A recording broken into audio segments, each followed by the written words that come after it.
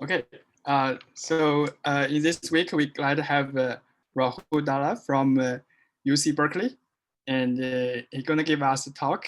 His title is Statistic of Automorphic Representations Through the Stable Trace Formula. Yes, please. Thank you for the introduction, and thanks to everyone for coming here to listen. It's great that there's so many people interested in this. Also, I really appreciate getting the opportunity to discuss this with so many experts and sort of stress test everything I'm doing. So maybe if you notice that I'm thinking about things in sort of a way that you disagree with, I would really appreciate if you guys might point that out. Okay, so maybe I'll start. So let me start with an outline of the entire talk. So first I'll have a background section. So in the background section, I'll first discuss sort of an introduction to problems of statistics of automorphic representations and sort of the notion of harmonic families that you're computing statistics on.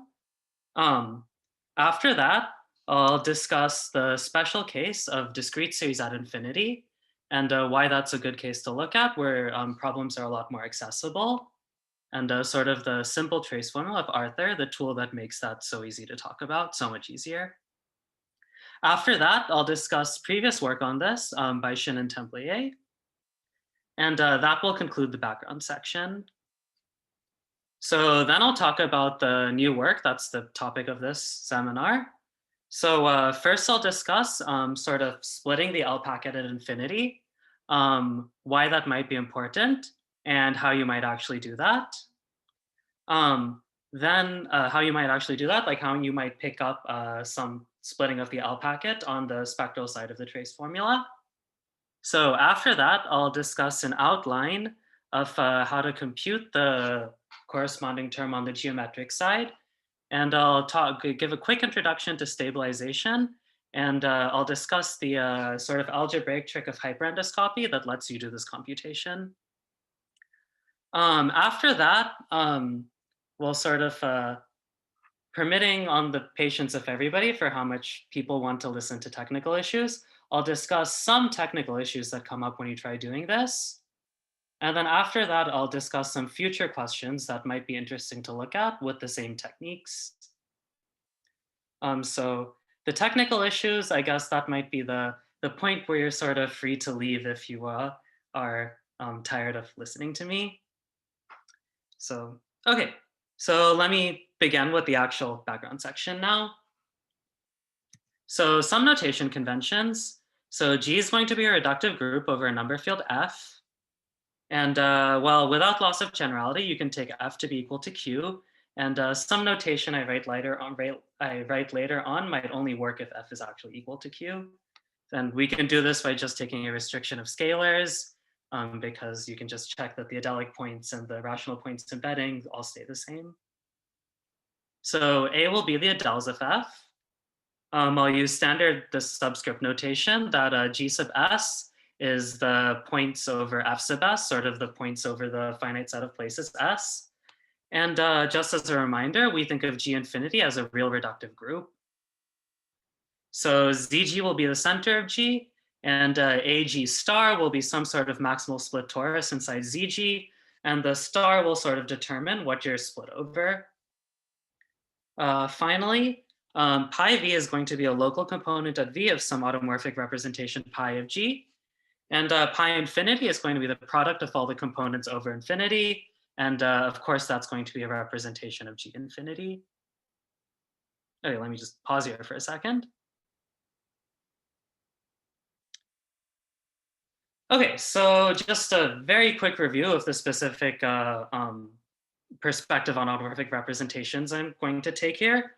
So I'm going to be looking at discrete automorphic representations, which are discrete subrepresentations of L2 of this adelic quotient with respect to a central character. So functions that are L2 up to center, and they transform according to chi in the correct way. And chi is going to be the standard character on this AG that's split over the rational, that's split over F. Or I guess in this case, I guess I'm taking it down to Q, it's split over Q, and then you take the R points of the connected components. Just a standard thing you do to make the quotient actually compact. So just as a quick reminder, so automorphic representations, there's this flat tensor decomposition where they factor into local places. And here V is over places of F.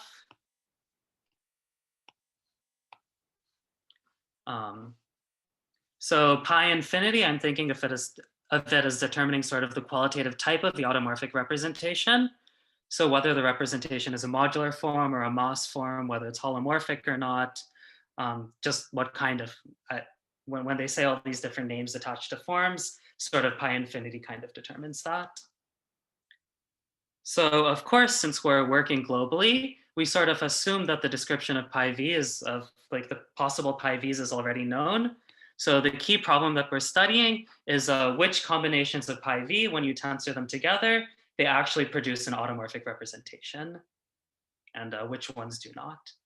So we want to sort of maybe study sort of correlations, that if you put these pi v's at this places, what are your possible pi v's at other places?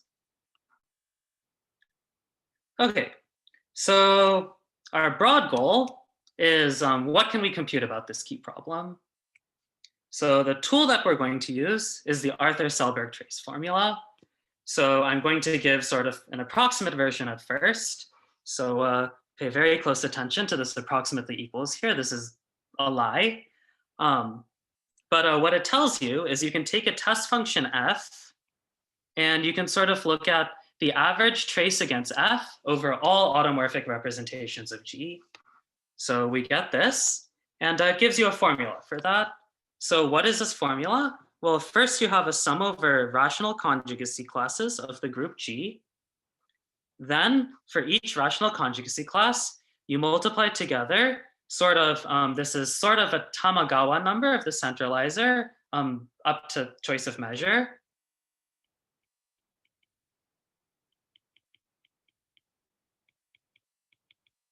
Of the centralizer. And then over here, you multiply that with an orbital integral. So an integral over the conjugation orbit. And this is just notation to parameterize the conjugation orbit. So we'll denote this O gamma F, and this is called an orbital integral. Okay, so that's sort of the broad framework of what the trace formula might look like. So of course, we are interested in this spectral side in green. In sort of this framework, we're interested in the green spectral side, which is the averages of traces of automorphic representations. And we compute the orange, the geometric side, to figure out the spectral side. So that's the broad outline of everything. Now let's talk a little bit more about what specifically we're going to compute, sort of what Fs we can pick and what those Fs are going to tell us. So we'll choose F to compute a desired average statistic, basically. So the idea is to write F as a tensor product of local Fs, so that the trace of pi against F is a product of the trace of the local factors of pi against each of the local Fs.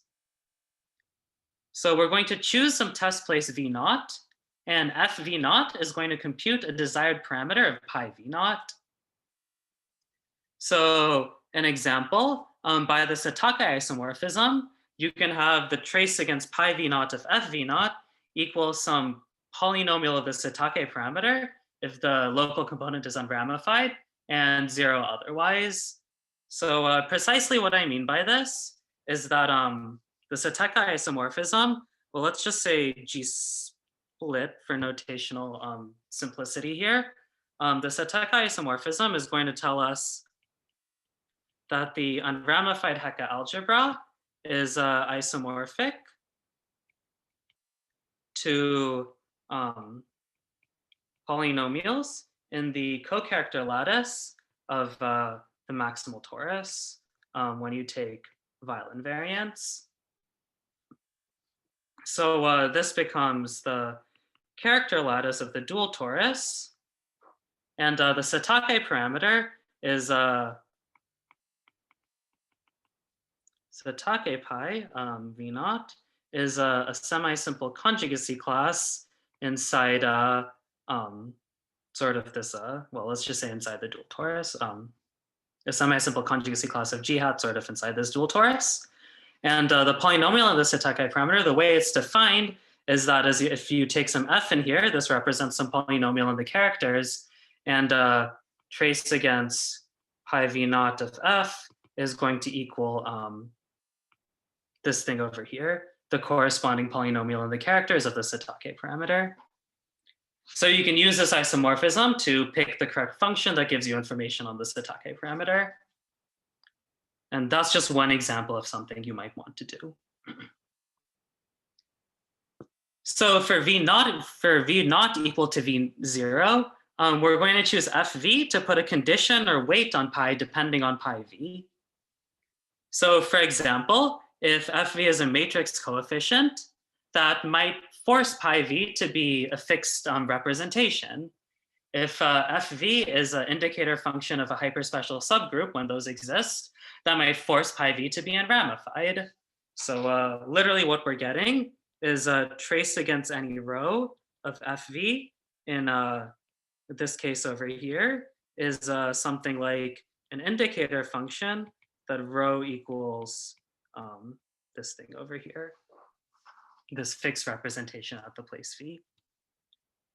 So what we're going to do is we're going to multiply together all these fv's with this fv naught. So the trace against pi of f is basically going to give us, when you expand out this product, the factors away from v naught are going to give you a bunch of 1 or 0 conditions, or if you're more sophisticated, more complicated conditions. And the trace against v naught is going to compute the statistic for the representations that satisfy those conditions. So the outcome is the average of a parameter of pi v naught and a family f defined by weights a sub f depending on pi v for v naught equal to v naught. And we call such a family our harmonic family. Okay, so that might have been a little vague and not specific. So let's go over a quick, easy example. So an example we can look at is weight k, level n, holomorphic modular forms, and we fix some p that doesn't divide n. So f infinity is approximately going to be a matrix coefficient, not exactly, but approximately going to be a matrix coefficient for the specific discrete series at infinity that corresponds to weight k holomorphic modular forms. And f away from p at infinity is going to be the indicator function for this sort of level n subgroup. And then, of course, the weight that you get from the traces is going to be a delta function that or an indicator function that the thing at infinity equals the specific discrete series, and times the dimension of the fixed vectors of the part away from p at infinity by this level n subgroup. So this is basically you're weighting by sort of the dimensions of the prime to p level n modular forms that are contained in this automorphic representation pi. So of course, which statistics might we want to look at p? Well, so we can choose fp equals an indicator function of the kp and the hyperspecial subgroup at p. And that can be the statistic would end up being the dimension of weight k level n modular forms. Here we have forms here instead of representations because of this weighting factor here, but that's sort of a technical detail. And another thing we can do is we can let fp be the sort of Hecke operator, and we get the sum of Hecke eigenvalues for weight k level n forms. So that's sort of an example of the kind of family that you might look at. And the framework before was just sort of how to generalize this to arbitrary groups. So I'll stop here if there are any questions on this.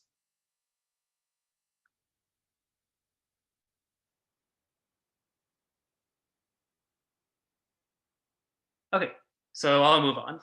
So I guess at this point, I should say as much as I can about sort of the ultimate goal of the result presented in this talk, and I'll give a summary.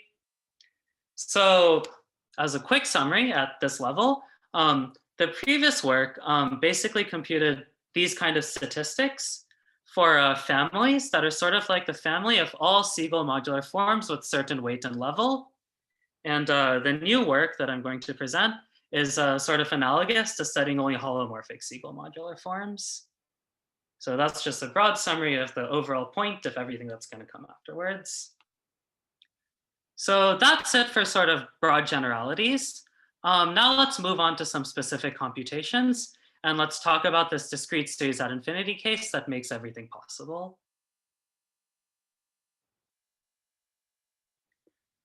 Okay, so so I told you that this approximately equals was very important because you don't actually have that nice simple trace formula in generality. So there are various versions of the trace formula to choose from, and all these various versions sort of dramatically complicate the spectral side and the geometric side. And you can choose between many different complications to make it actually work. So I like to think of these as sort of lying on a spectrum. There's sort of a coarse expansion, a fine expansion, an invariant trace formula, a stable trace formula, and there might even be some conjectural beyond endoscopic trace formula. So sort of the way the spectrum goes is that the ones near the top, they're very explicit. They're much more elementary, but the terms in them have very bad abstract properties. So for example, until you get to the invariant trace formula, the analog of the orbital integrals and Tamagawa numbers might not even be conjugation invariant. So conversely, the ones lower down on the spectrum, they're inexplicit, they're pretty complicated, but the upshot is that you get to keep all these nice abstract properties like invariance, and you can even get things that are sort of better than invariance if you want. And because of all these nice abstract properties, well, there are lots of reasons to care about, but the one reason that's relevant to this discussion is that the nice abstract properties make these trace formulas simplify in nice cases. So the nice cases of the ones lower down are even easier to work with than the nice cases in the ones higher up. So those are ones that you can hopefully compute very explicit, careful, you can make very explicit, careful analyses of. So which specific nice case are we going to look at? Well, we're going to look at discrete series at infinity. So what we're going to do is we're going to restrict attention to the nicest qualitative type of automorphic representations. So this should correspond to the nicest possible real representations at infinity. So what are those? Those are the discrete series that apply discretely in L2 G infinity up to center. They exist when G infinity has an elliptic maximal torus. They're classified into L packets, pi sub lambda, where lambda ranges over finite dimensional representations of the complexification. Or if you like, you can just look at this as a weights mod Weil group. And there's an explicit parameterization of the L packet also that's very well known. I guess you can just, the elements are sort of in bijection with the entire Weil group sort of mod the Weil group of the maximal compact. So the classification is sort of an off-the-shelf thing that's not very complicated.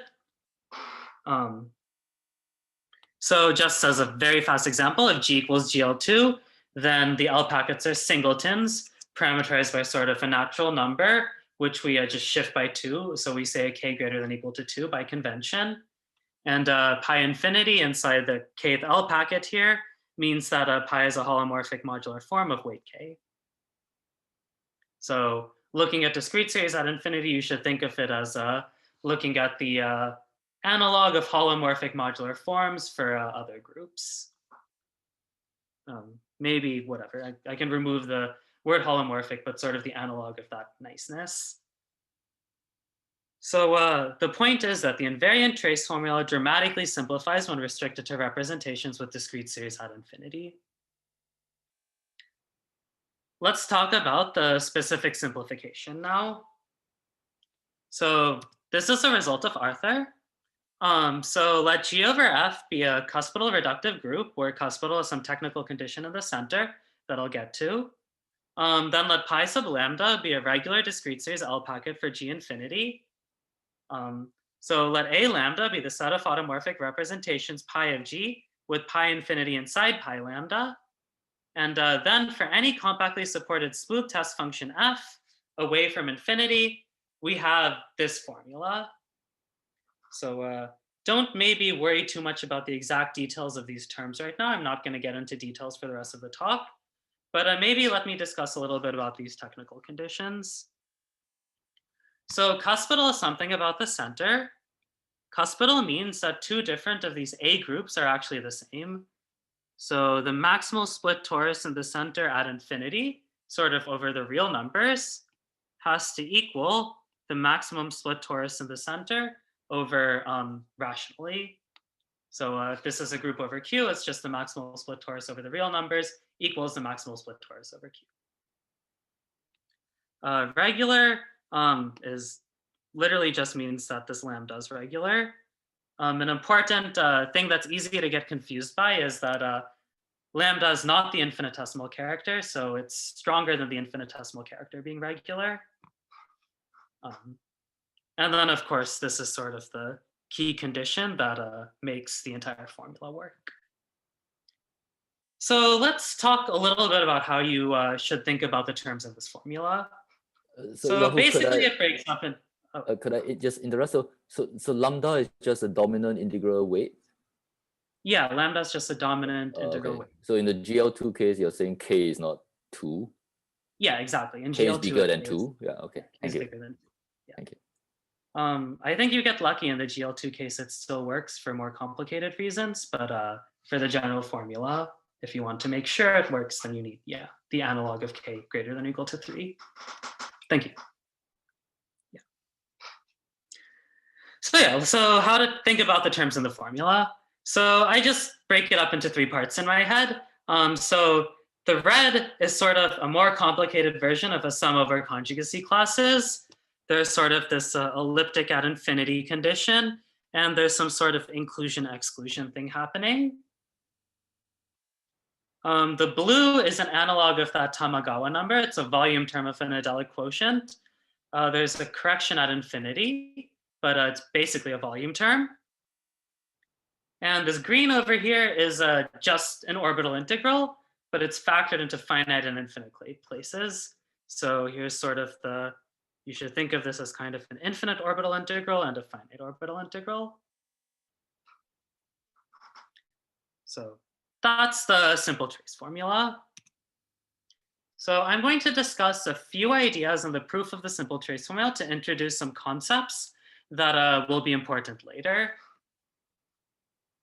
So this is not at all going to be a complete proof, and I'm not going to discuss sort of the key points of the proof. I just want to introduce some concepts. So the first important thing to note is that discrete series pi come with certain functions called pseudo-coefficients.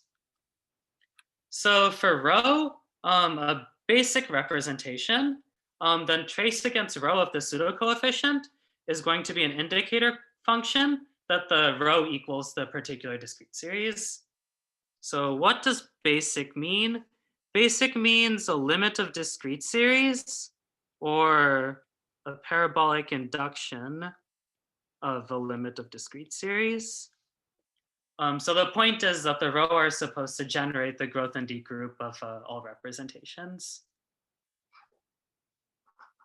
So presumably, if you understand sort of how the things decompose, this rule should kind of tell you what the trace against every representation is. I might have to say the word unitary there, but I think I don't. Okay. So we're not going to plug in this phi sub pi, the pseudo coefficient, because we're looking at representations where the infinite component can be anywhere in the L packet. We have to sort of sum this phi sub pi over the L packet. So we're going to plug in eta sub lambda, tensor f away from infinity, where eta sub lambda is an Euler-Poincare function, which is just an average of the pseudo coefficients over the L packet. And the key benefit of moving to Euler-Poincare functions is you get a better characterization of traces. So when lambda is regular, for rho any unitary representation instead of just basic, trace against rho of eta sub lambda is basically going to tell you whether rho lives inside the L packet.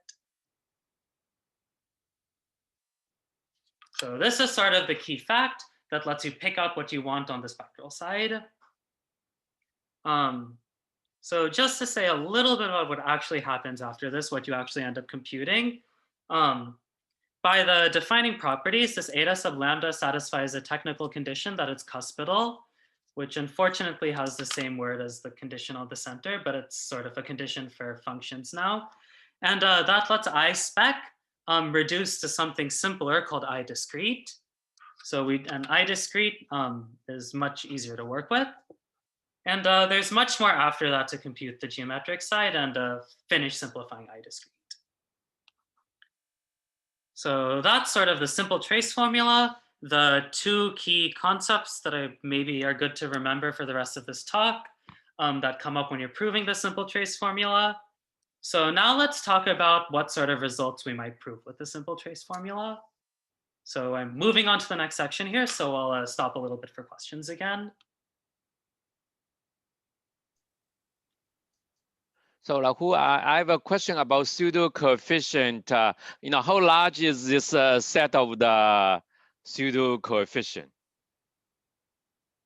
How many sort of, what is sort of size of how many pseudo coefficient you have? Is it important to pick a particular one or Okay, yeah, thank you for the question. Yeah, so I think there are infinitely many. If I remember correctly, you can pick any compact subgroup containing or compact set containing the identity, and you can find a pseudo coefficient that's supported on that. But for the purposes of this talk, it's not going to be important to pick out a particular pseudo coefficient. You can just choose one. Okay. Yeah. It's a pretty confusing thing. These things are very bizarre. But I guess maybe having discrete series representations is a little confusing also. So, does that answer the question satisfactorily? Yeah. Okay. Thank you. So you can choose the support. Okay. Yeah.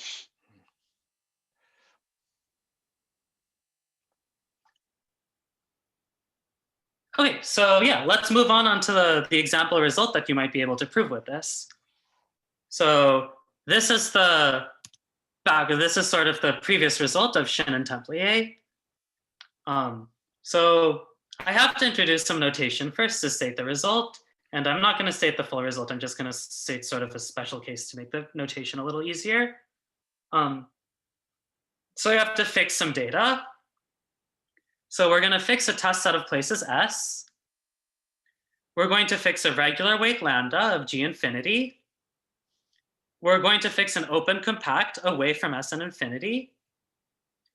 And we're going to define a family F lambda. I'm going to sort of suppress the dependence on U because U is not going to change by this particular weight over here. So first thing we're going to do is we're going to force that the automorphic representations have infinite component inside the correct L packet. We're going to force that at S, the automorphic representations are unramified.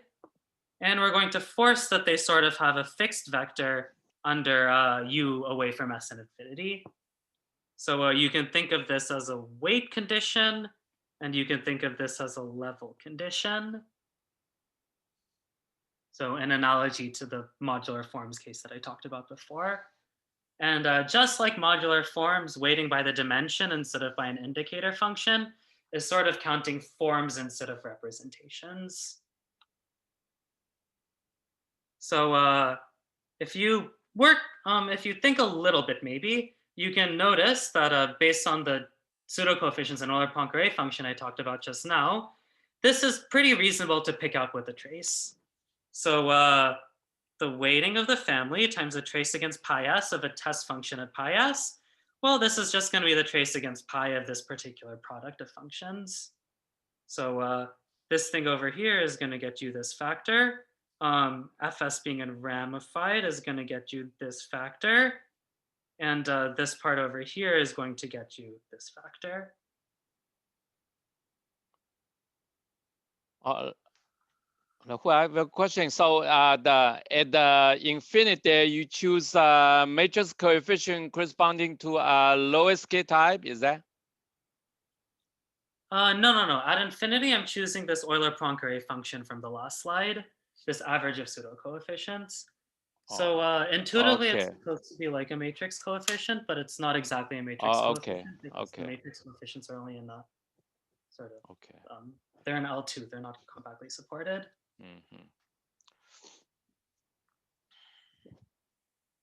Are there any other questions on the family that I'm defining?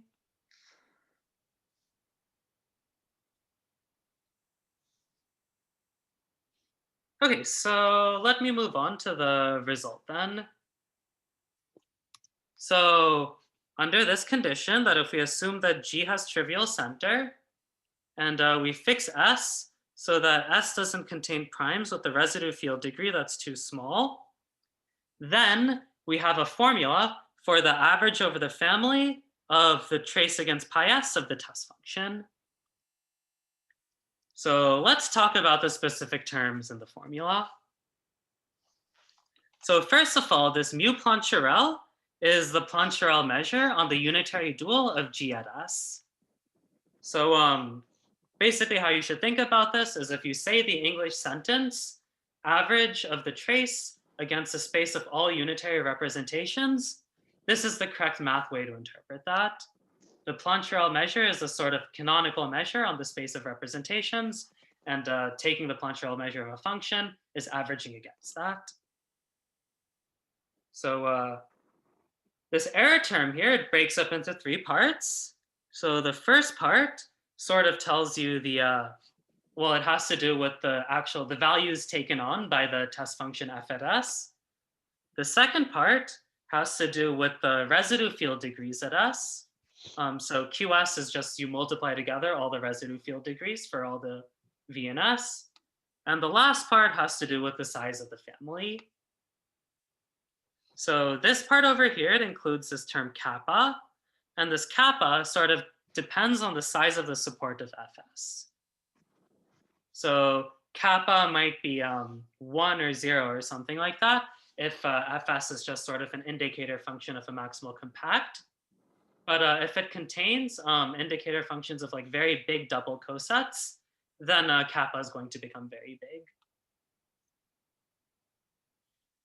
So these constants A and B and whatever too small means, those are ineffective because in the original Shin-Temple paper, they only come from sort of a model theory argument.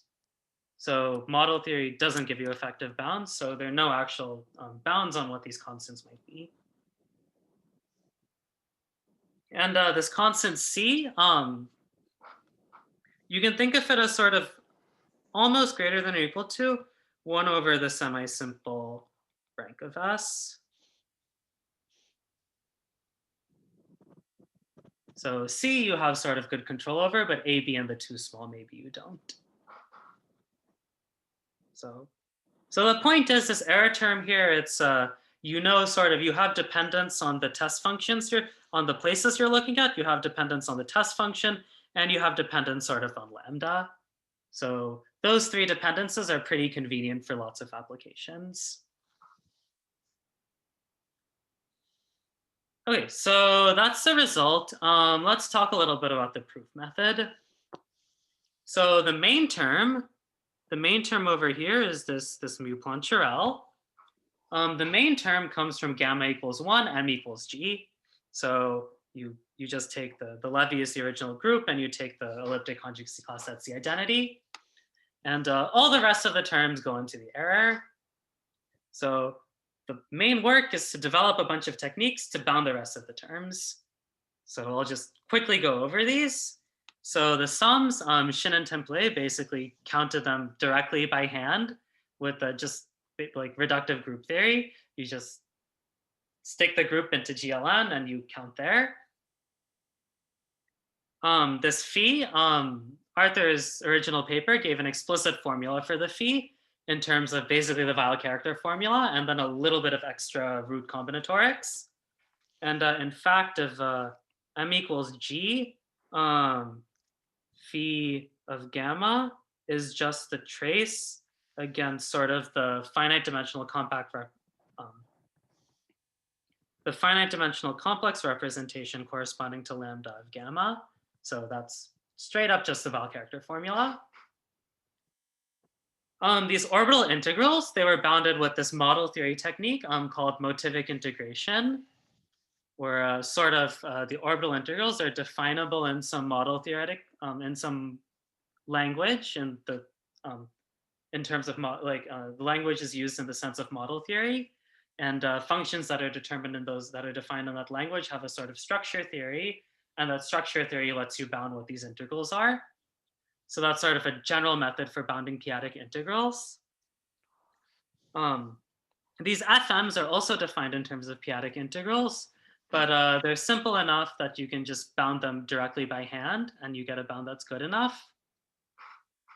And finally, this volume term, A sub gamma, you can write it in terms of L values of these specific L functions that Gross found for motives of reductive groups. And you can sort of take sort of off-the-shelf bounds on L functions and sort of plug them in. And when you split them up properly, it's sort of like a two-page computation, and you get a good enough bound on the A gammas. So are there any questions on the result and maybe the proof techniques? Okay. So I want to emphasize a sort of particular viewpoint on this Shin-Template result. So the viewpoint is that maybe I don't want to focus most on the specific applications and the specific results. What I want to focus on is this Shin-Template developed a bunch of techniques to make it possible to compute very detailed information about certain families of automorphic representations. And maybe in this viewpoint, you think of the exact results that they proved as sort of a proof of concept that the techniques were they were enough techniques to answer most questions that you might be interested in about these families. So which specific families? Well, families that contain only pi with pi infinity discrete series, and families that don't distinguish between pi with pi infinity in the same L packet. So AF pi can only depend on the pi lambda containing pi infinity, not pi infinity itself.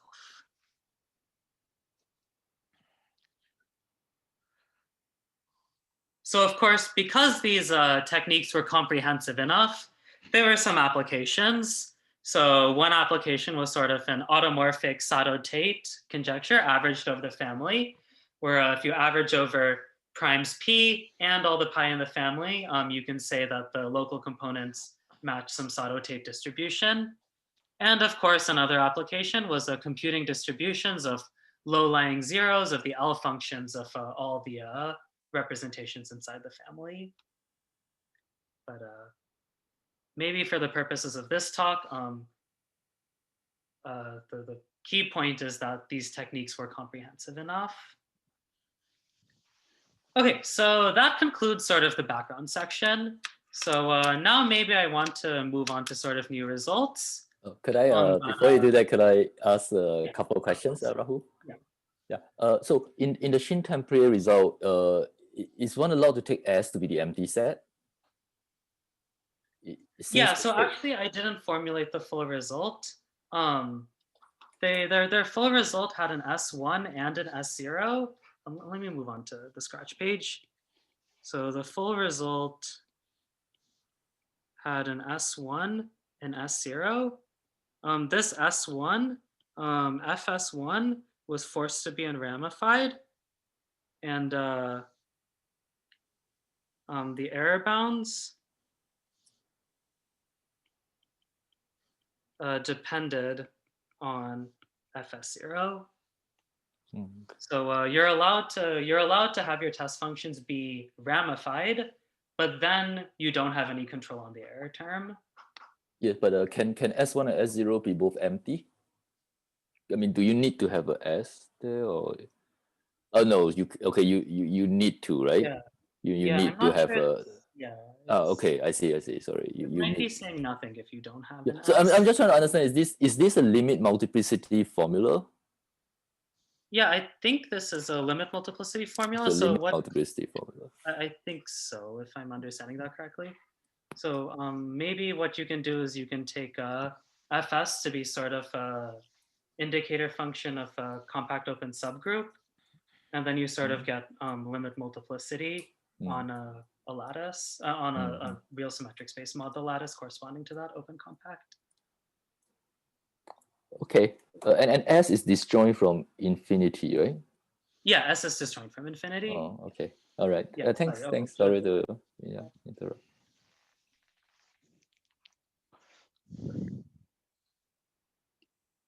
Are there any more questions?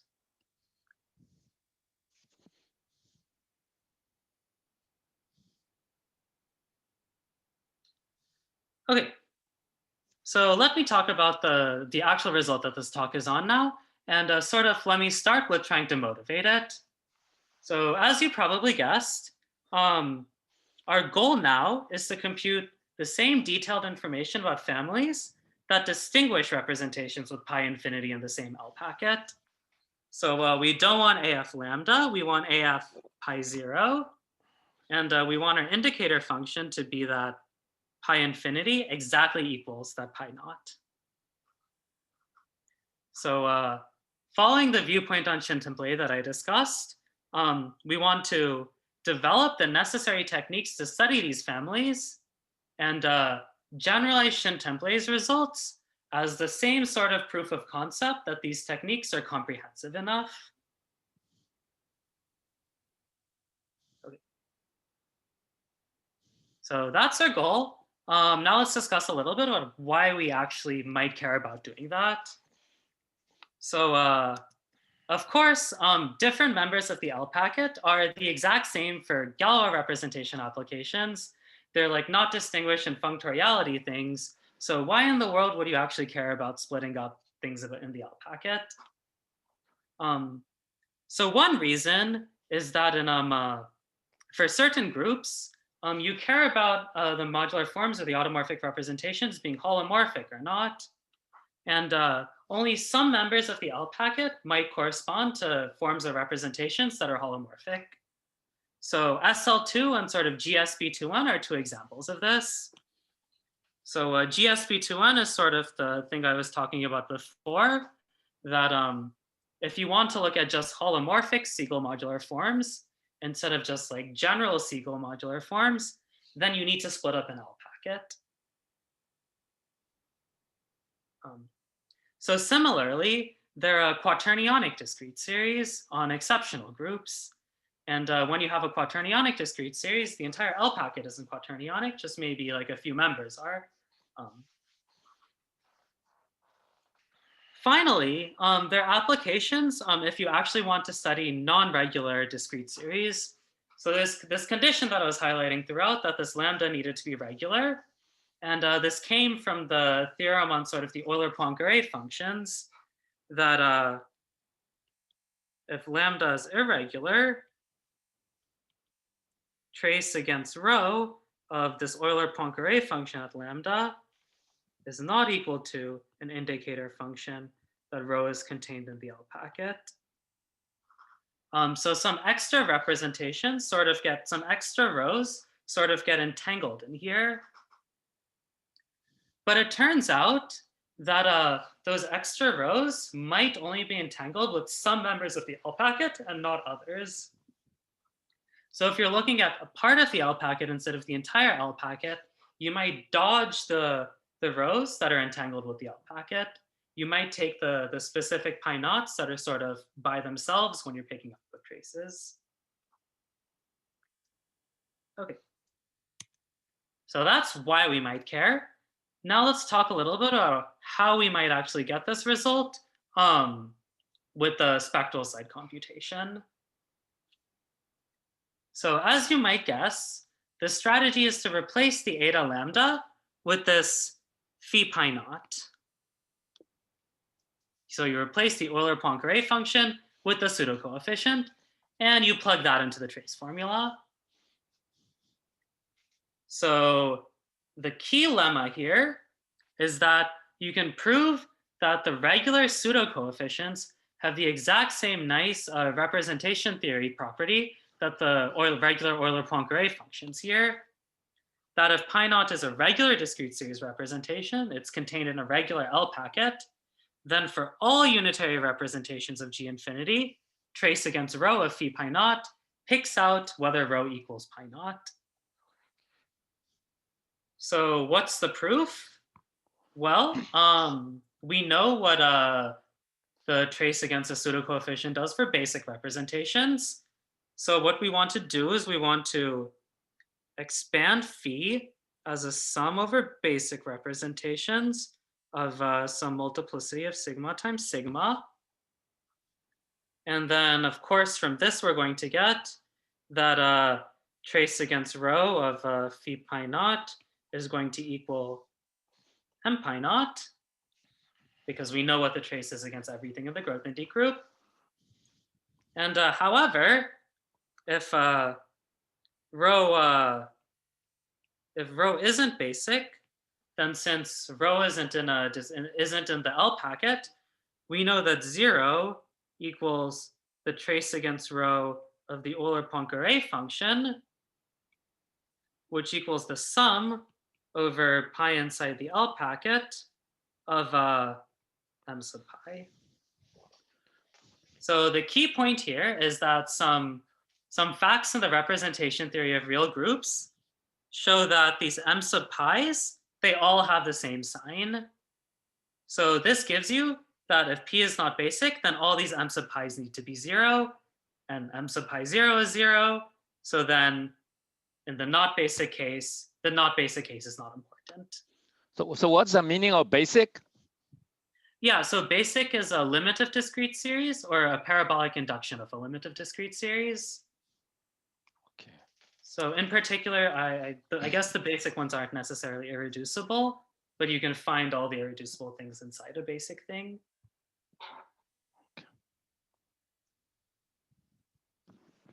So a corollary of this, well, not exactly a corollary, but all the work in this argument is already done in Arthur's, and you just need to port it over. So it's a corollary modulo previous work. The spectral side, when you plug in the pseudo-coefficient, reduces to the discrete when you plug in the pseudo-coefficient, which becomes this exact sum that we want.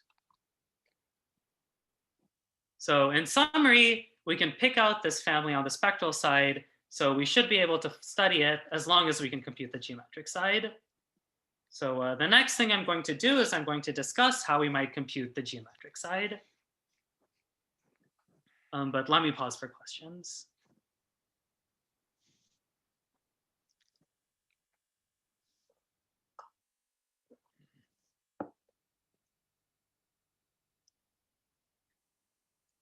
Okay. So first, the technique we're going to use to compute the geometric side has to do with endoscopy and stabilization. So I need to give sort of a quick overview of what endoscopy and stabilization are, because maybe that's not standard background. So the goal of this theory is that rational conjugacy is very complicated. So we want to work with something simpler called stable conjugacy instead. And stable conjugacy is approximately conjugacy over sort of the points in the algebraic closure. It's not exactly that, it's a modification to make it easier to study with cohomology, but intuitively you should think of it like that. Okay, so because stable conjugacy classes are easier, we want a trace formula that is the terms are something called stably invariant instead of just invariant. And stably invariant means they are a linear combination of these things called stable orbital integrals. And these stable orbital integrals are just orbital integrals over stable classes instead of just integrals over conjugacy classes. So we want our trace formula to have those kind of terms. So our sum is sort of going to be over stable conjugacy classes, and the terms are going to be stably invariant. So this is possible. And doing this was sort of a really, really big work but I'll sort of summarize the key points. So I'm going to state this for G simply connected, the simply connected derived subgroup, just for simplicity. So associated to G is a bunch of groups called elliptic endoscopic tuples.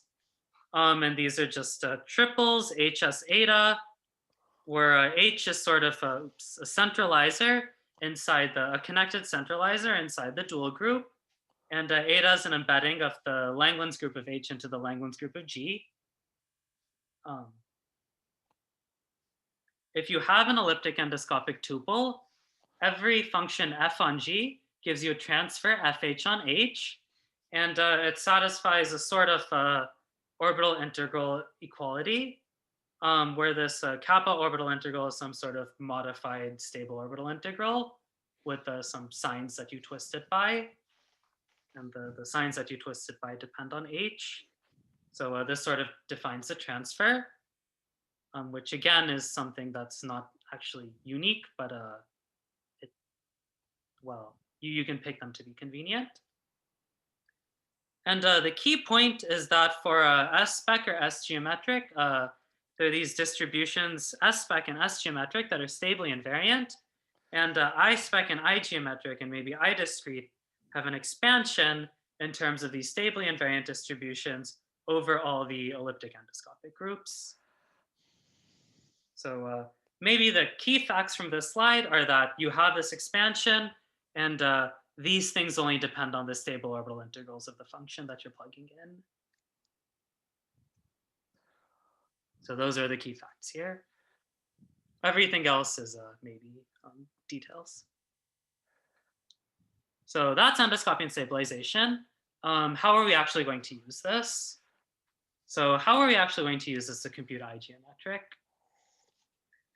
So the point is that I-geometric of f lower infinity, f upper infinity, according to Arthur's work, it simplifies super nicely if f at infinity is a linear combination of eta lambdas of Euler-Poincare functions. So we call such a function stable cuspidal. Okay, so we have one case where it simplifies nicely. So the most naive thing to try is to write I-geometric of the pseudo-coefficient in terms of I-geometric of these Euler-Poincare functions. If we do that, we just plug in all of Shin-Templé's techniques and we should be done. So the lemma that lets us do that is that if pi is in the discrete series L packet for lambda, then the pseudo-coefficient has the same stable orbital integrals as the Euler-Poincare function. Furthermore, all transfers of the pseudo-coefficient can be taken to be linear combinations of Euler-Poincare functions. So from the perspective of the stable trace formula, pseudo-coefficients and Euler-Poincare functions are the same thing. And because they're the same thing, well, whatever makes the trace formula for Euler-Poincare function simplify should also make the trace formula for pseudo-coefficients simplify. So from this, you should guess that stabilization should help a lot.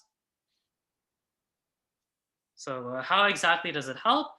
Well, how it helps is a little algebra trick of this paper by Ferrari.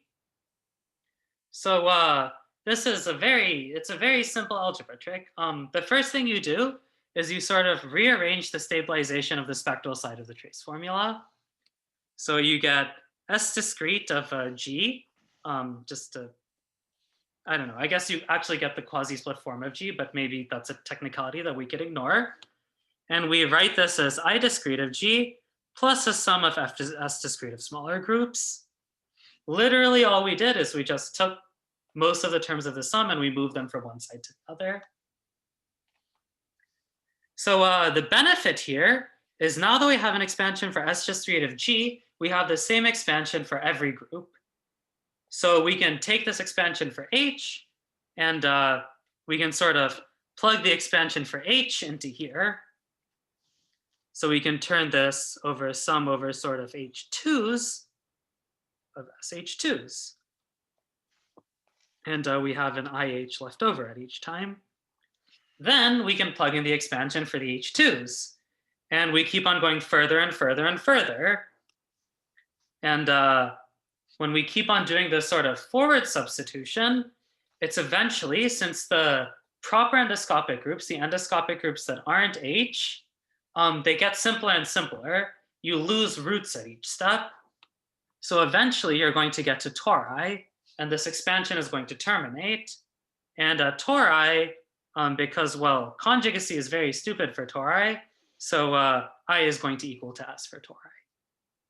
So we keep on doing this forward substitution until we stop. And the punchline is that we get the stable thing as a linear combination of some coefficients times i's. So this is sort of the punchline of what we accomplish here. So because this is stable, we can set it to be equal for two different functions with the same stable orbital integrals. And we can move a bunch of terms from one side to the other. And we get this formula over here in blue. That basically tells you I discrete of one function in terms of I discrete of a function with the same stable orbital integrals, plus a bunch of correction terms. Okay. So this is all just an algebra trick. So are there any questions here? Because this is sort of the key thing that makes everything work. So just to, am I right that, so the stable trace formula is an expression I equals to a sum of S, and you just want to invert the role of S and I, right? You write basically, S in terms of I. And I guess, well, why did they use the word hyper? And so just because you have a sequence? Like just because you have a sequence. Oh, okay. Just, okay. Yeah, Well, so was that the terminology used in Ferrari's paper? Yeah, hyperendoscopy is the terminology used in Ferrari's paper. Yeah, I think it sounds unnecessarily scary, but that's right. I think it was sort of not extremely accurate, I would say, or somehow helpful description somehow. Right. It's just successive iterated endoscopic transfer, right? Essentially. Yeah, that's exactly. It. Yeah. Right. Okay. So Thank you. These HELs are basically you fix a length, and you basically, the first thing is an endoscopic group of G. The next thing is an endoscopic group of the first thing, and you go into the length, and you have a sum over all possible lengths. And this is some elementary thing if you just keep track of the combinatorics of which terms you're left with when you keep on inducting. So, I mean, this should solve our problem, right? So we use this with f equal the pseudo coefficient and f prime equal to the Euler-Poincare function. So we get I'm rewriting the formula here. So in orange here, these are all linear combinations of Euler-Poincare functions. So all these I discretes on this side of the expression should be computable by just applying Shin-Templier. And we should be done, right? Well, of course, there are a few problems that come up. So the issues. So I'm sort of going to go in order of how problematic they are. So first, if you know about endoscopy, you know that any group has infinitely many endoscopic groups. So for example, for SL2, the H's are sort of all elliptic sort of reses from like imaginary quadratic fields to Q, SL2 over Q of GM. So you sort of get all these rank 2 elliptic tori when you do SL2 over Q. So this sum is a priori infinite. And the point is, the terms that are actually non-zero in the sum are, they depend on the f infinity that you choose. So if you want to bound something in terms of f away from infinity, you want the sum to be, the terms of the sum to sort of be uniform over that. And having them depend on that is sort of, it's not good. The second problem is that if you remember the error term in Shin-Templier's result, there's a term for the maximum value taken on by the function that you're plugging in. So you need some kind of bound on the maximum value of the transfers. The final issue, and this is the most technical issue and the most like sort of silly issue that like shouldn't be a problem, but it's a thing that causes the most problem, is that when I talked about hyperendoscopy, I sort of lied a little bit and I was restricting to the case of simply connected derived subgroup. So in general, the hyperendoscopic, the sort of endoscopic tuples, they have a much more complicated definition. And there's some major technical issues that come up when you try to plug in that much more complicated definition. So I said that these issues were sort of ranked in how problematic they were. So the sum is because we're fixing US infinity, the sum is not really an issue. It's very quick to, because U away from S and infinity is fixed, you can make the sum over a uniform set of things. Sort of the endoscopic groups that appear, they only depend on where the test function is ramified. And we're fixing our test function being ramified is contained in this set of places. So we have a uniform sum. This one is not so bad, but as I was saying, this one is sort of the serious thing that takes the most work. Okay, so that's all the sort of like fuzzy outlines. The rest of the next part of the talk is sort of going to get into some technical weeds. So I don't know, maybe this is where if you're frustrated right now, you can just sort of feel free to stop listening. Okay, so I'm going to discuss the most serious issue first. Okay, so our issue was this definition of hyperendoscopic paths. So what we wanted is these sequences of tuples of sort of each thing is an endoscopic tuple of the previous one. But our issue is that if HI doesn't have simply connected derived subgroup, we need to use things called endoscopic quadruples instead of endoscopic tuples. So I'm not going to define what endoscopic quadruples are. The punchline is that functions on HI minus 1, they don't transfer to functions on HI. They transfer to functions on HI tilde, which is a non-canonical choice of something called a Z extension of HI. And this Z extension is a specific type of central extension. So maybe if you remember the technical conditions and the Shin-Templier result, you can sort of see where this is going and where the problem is coming from. So yeah, so first of all, there's a small problem that these Z extensions are not canonical. And a priori, the like n plus first step of your hyperendoscopic paths can depend on the non-canonical choice of Z extension of your nth step. And non-canonical things in the sum depending on these arbitrary choices, that's not very good for bounding. But that's a minor problem. It turns out that a priori thing is only a priori, and there's a bijection between endoscopic tuples, so you don't actually need to worry about that.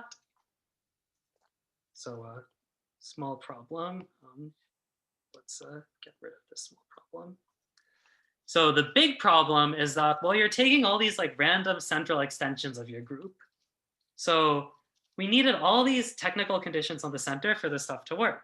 So first we need a trivial center for Shin-Templier's techniques. And that's just completely gone out the window.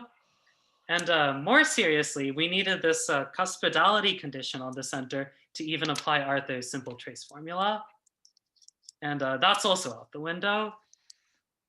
So because of this simply connected derived subgroup issue, it sort of blows up everything, and you can't just keep on plugging things in because all these center conditions go away.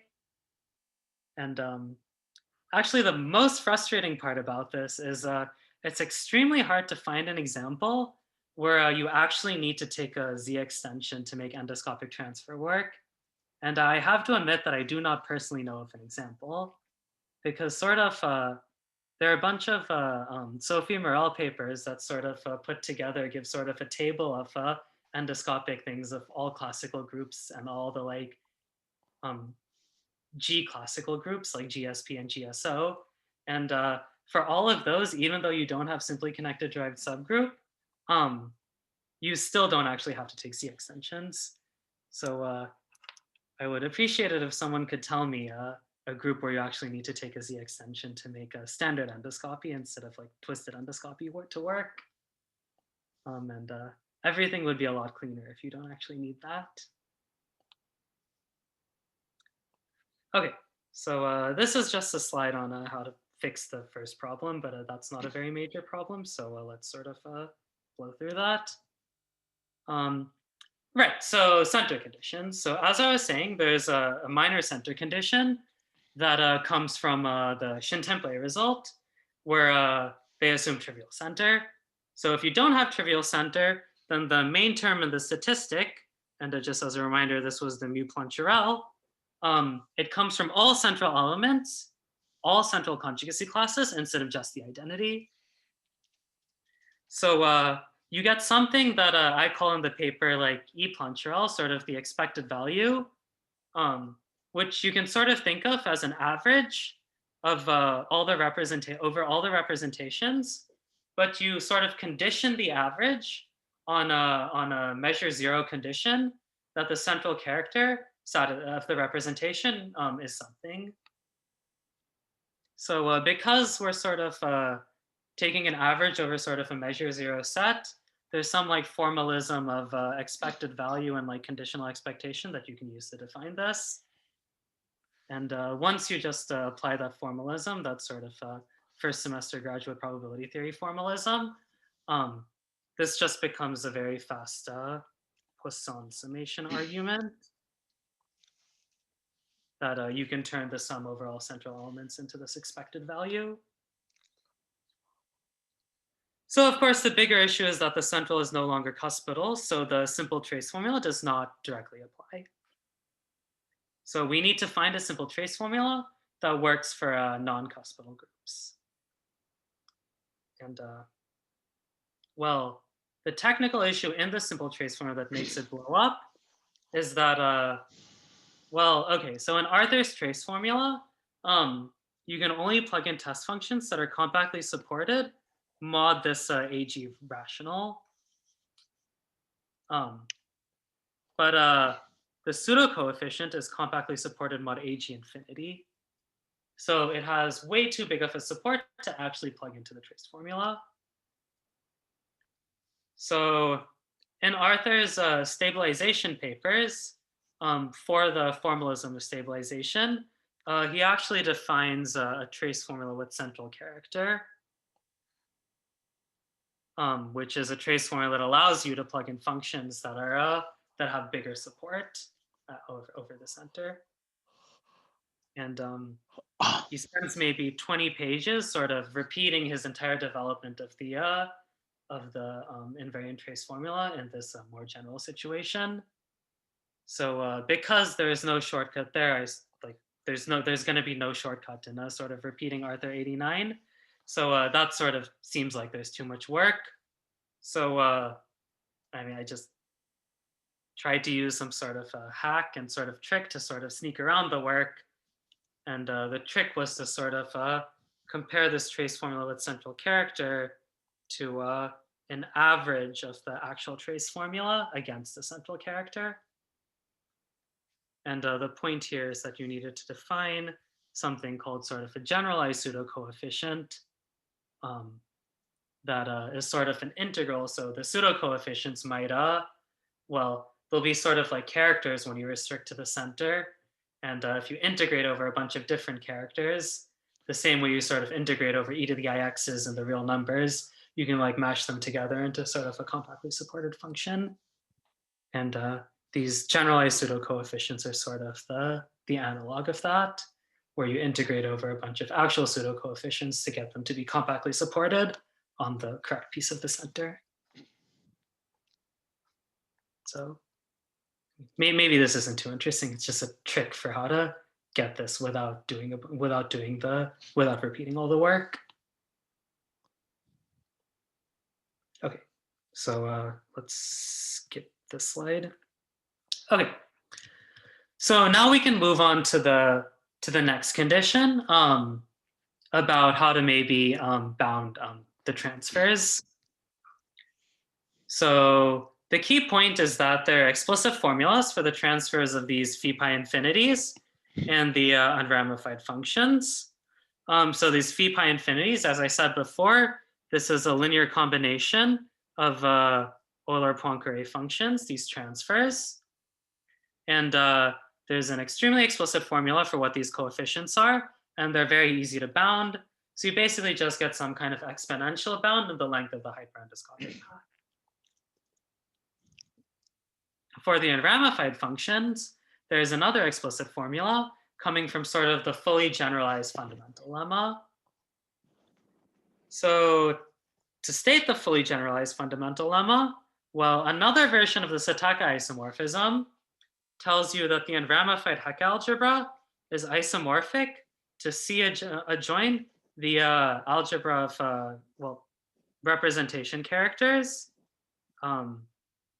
restricted to this particular subset, this particular slice of the L group. So because we're talking about unramified things, G is unramified. So this particular slice of the L group sort of gives you information about the entire L group. So you have two different bases.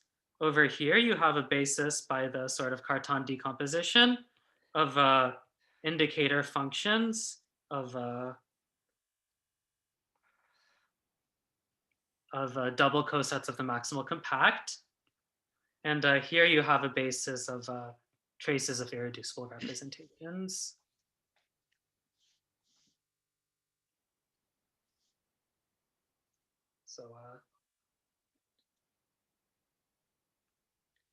So the full fundamental lemma says that transfer is just the restriction map through the embedding of LH into LG, where you look at this sort of representation of the function. It's C adjoined a bunch of representations, so you just restrict each of those representations. And then there are combinatorial formulas that let you bound all this sort of matrix coefficients here. So you have H, then you have C adjoin the characters, then this is the restriction map, and you get to C adjoin the characters on H. Sorry. So this side is on G. And this side is all on H. Right, so you basically just go around the square. And what happens is that these two, they're sort of an off-the-shelf combinatorial formula that you can just black box and put in, called the Cotta-Lustig formula. That lets you bound the matrix coefficients of this transfer, of this change of basis. And this change of basis, well, a very trivial bound is good enough that when you have a branching law, the coefficients in the branching law are bounded by the dimension of the original representation.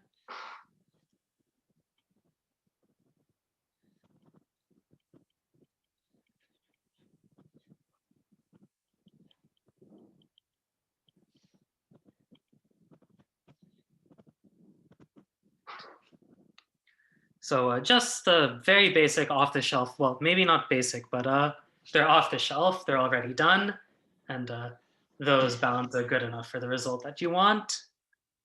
And so that was sort of lucky. Okay, so maybe that's what I wanted to say about the technical issues. Now maybe I want to get on to some sort of future directions that you might use with these techniques. So maybe I should stop for questions also.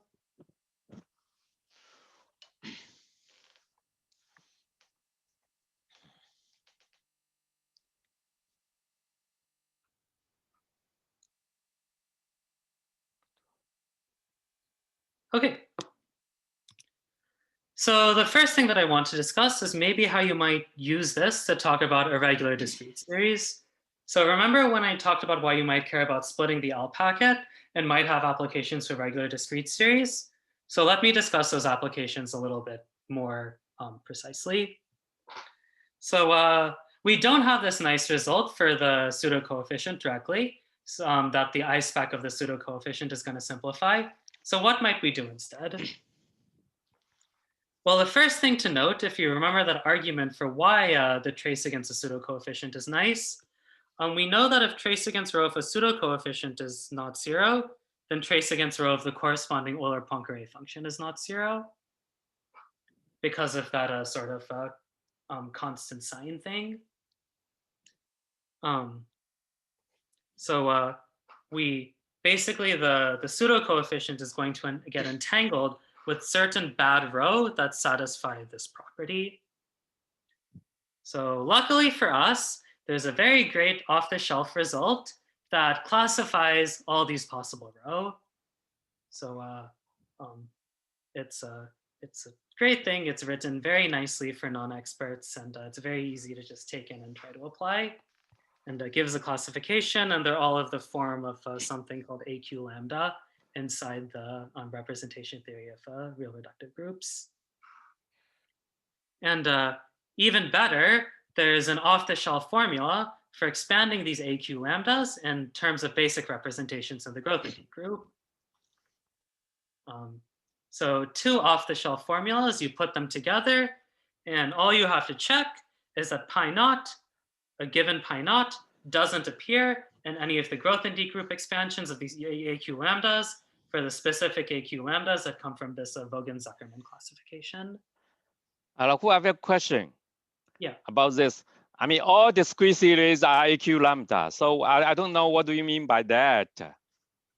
Oh, they're like other AQ lambdas, maybe. Like they're AQ lambdas that aren't discrete series, right? So that's right, sure, yeah. So this will tell you what the extra ones that you can, the extra rows that you don't want, what those extra rows might be. Okay. Yeah.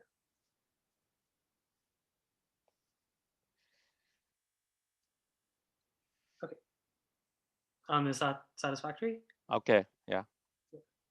So basically, yeah, you just look at this, you look at all the AQ lambdas that aren't discrete series, you break them up in the growth and D group, and you hope that pi naught doesn't appear in any of those expansions.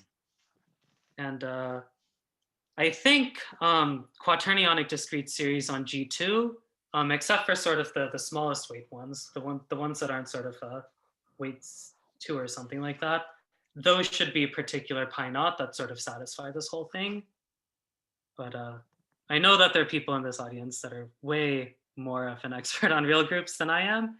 So I would maybe love if people could tell me maybe double check this or tell me more pi naughts that sort of satisfy the stuff on this slide. So for quaternionic discrete series, they're sort of a size 3L packet. 2 of them appear in the growth and D group expansion, and the quaternionic one is sort of the one that's left out, I think. Okay. So that's for that application. Are there any more questions there?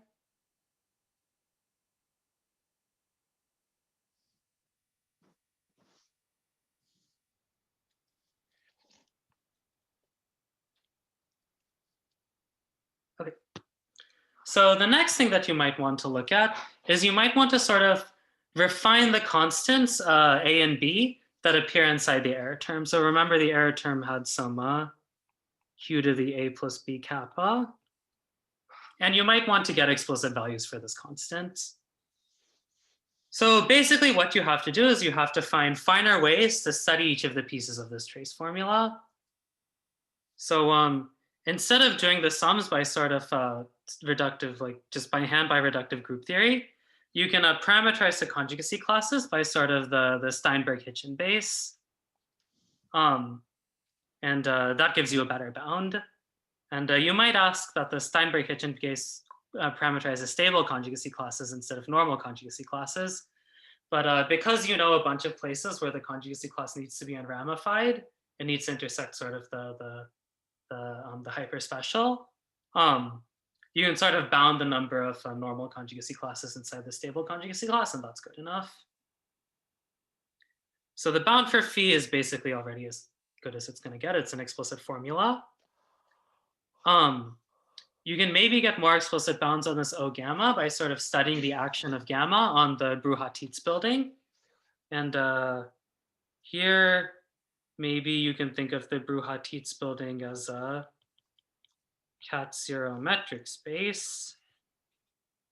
And you can use those properties of the Brouhat-Tietz building to study the action. So in this case, this is going to be an isometry. And there are a bunch of results on like isometries of cat-zero spaces that you can do. So this is good enough to get you an explicit B, but the B that I have right now is suboptimal. There's a very fast way to get sort of a slightly better bound for FM using sort of branching laws again. Again, you can think of this FM as sort of a restriction of a character from the group to the levy. And well, I don't know yet the better way to think about this A gamma. So why might you care about this? Well, if you make B small enough, this could give you useful results on sort of the density of non-tempered representations among all the representations inside the family F. So there's this sort of Sarnak-Chouet bound, and there's an explicit threshold, and if you can get B sort of below that threshold, then you can prove this Sarnak-Chouet bound. So I think that's everything I wanted to say. Maybe I think this went a little bit longer than the old videos on this seminar, so maybe I'm sorry if you guys were a little bit bored at the end, but that's it. Yeah, here's sort of the key papers that I mentioned and sort of my contact info.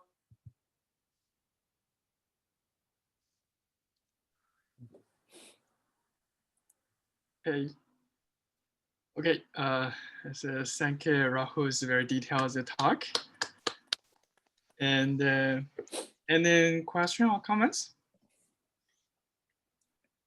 I have a simple question. At a certain point, you discuss this, notion of regular discrete series, and then say that, for SL2 does not include lowest weight 2, right? K weight 2. Yeah. So what's the problem with this K weight 2 sort of, explicit problem? I mean, usually. Yeah, so the explicit problem is this result on the Euler-Poincare functions.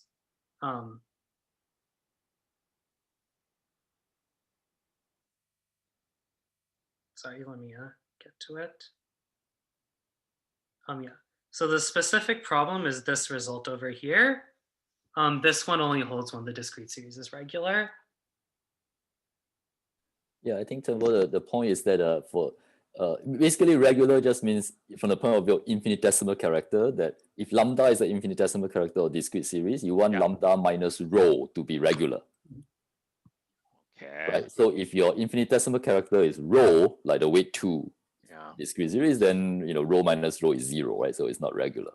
But I think the point is that if it is not, the reason why you want regular is you want to avoid this non-tempered unitary representations. If the weight is 2, the weight 2 discrete series is like glued together from the point of view of Feld topology, right? With the trivial representation. Right. Yeah. And you don't want that. So you move far away enough, because the unitary dual is kind of well, you want to move once you leave the weight is bigger than 2, you don't see non-tempered unitary representations. You can avoid them, I guess. Okay. Okay. So trivial representation is sort of posing problems. Okay. Yeah, and generally these other representations in the Vogel-Zuckerman classification pose the problem. Yeah, so those non-tempered AQ lambdas, you want to avoid them somehow. Okay. So you go far away. If necessary is sufficiently positive, then you avoid them, right? Okay. Rahul, I have a couple of questions. Maybe I have okay. So I have a couple of questions about pseudo coefficients, right? So as you mentioned, pseudo coefficients they're complex order functions, and what they are is their Fourier transform is well defined, right? Meaning their Fourier transform on the tempered unitary dual is like characteristic function. Yeah. Okay. So they are, in other words, they are defined by their or spectrally, so to speak.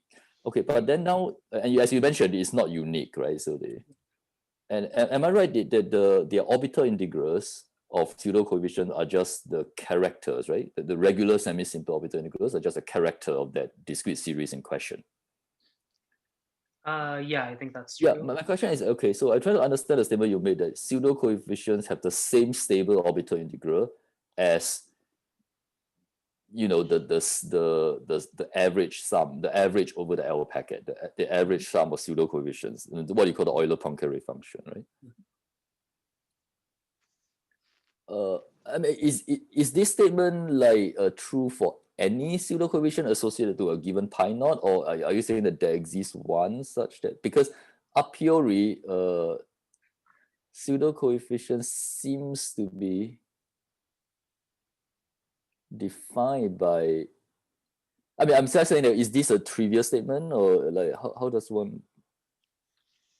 So I think if you have an elliptic regular semi-simple element, Okay. there's an explicit character formula Okay. for the trace of the discrete series. Uh-huh. So you can just check the orbital integral identity on that explicit character formula. And okay, I see. So because they are elliptic function, they are cuspidal functions, so only their elliptic orbital integrals are non-vanishing. Yeah, exactly. Yeah. Okay, I see. So I think you need to use this result of Shellstad that the transfers are sort of supported, that the transfers are also cuspidal. Yeah, okay. But there's some note by her that says that, and then you can do this computation on the elliptic orbital integrals. Okay, and the second question I have is that you mentioned that when you do endoscopic transfer of a pseudo coefficient of a discrete series pi zero, on an endoscopic group, of course, you know, you get a stable guy. I mean, a guy with which is stable, okay, and then but you say that stable guy essentially is just this sum of Euler-Poincares, right? In other words, they are just basically stable sums of pseudo coefficients of those discrete series L packet that lead to the given one, let's say. Now I'm saying, okay, so what does this proof require some character identities? I mean, is it come down to the transfer, the spectral transfer of Shellstad, I guess? Yeah. So as I was saying before, you need that first. Yeah, I think. I see. Okay.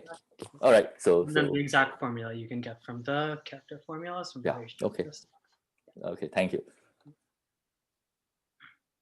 Okay. Let other people ask questions first.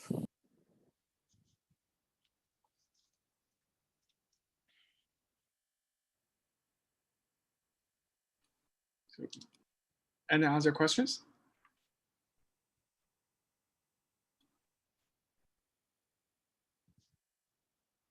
If not, I can ask a couple more questions. You mentioned two applications of Shin Templier, right? Which is average subtle Tate and low-lying zeros.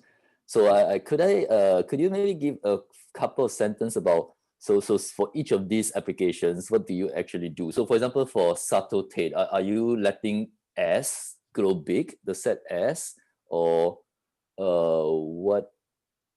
I mean, and low-lying zeros, how do you apply that main formula to for these applications? Like you're letting something go to infinity, right? Yeah. So for the automorphic Sato-Tate on average, you're letting S go to infinity, and you're letting the lambda go to infinity. But so S is going to infinity means sort of I guess QS is going to infinity. Yes. So and this is like the order of the limit is that what you let if you just so lambda is outside, or? It's both at the same time. You can do both at the same time as long as lambda is fast enough relative to S. Okay. Yeah, so there's an explicit bound on how fast it needs to be in the paper. Yeah. How do you see low-lying zeros of L function? That's not so apparent to a non-analytic number theorist. Yeah, this is extremely complicated. And actually, I didn't try extending this in my paper just because it would be a lot of pages. I see. So Well, so I think step one is that there's sort of an explicit formula for the zeros in terms of some very complicated sum. And it includes some sum over places. So maybe some sum of the zeros to the k. So I just want to make sure I'm remembering this right. It's like you're taking logarithmic derivative or something. Yeah, the logarithmic derivative, yeah.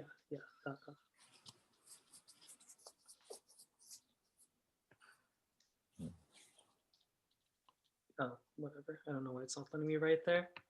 Yeah, so this is some complicated sum over the places of some term, and sorry, I don't remember that off the top of my head. Okay, yeah, it's fine, yeah, thanks. Yeah, this is a sum over the places of some kind of term that sort of might depend on the Satake parameters, and the dependence on Q lets you have good enough control over this sum. And, Okay, thank you. I'm sorry, I don't know that many more details off the top of my head.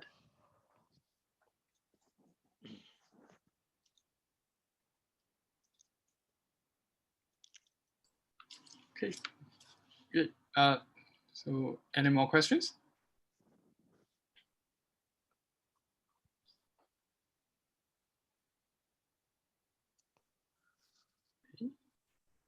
Okay, if you have no question, thanks Rahul again.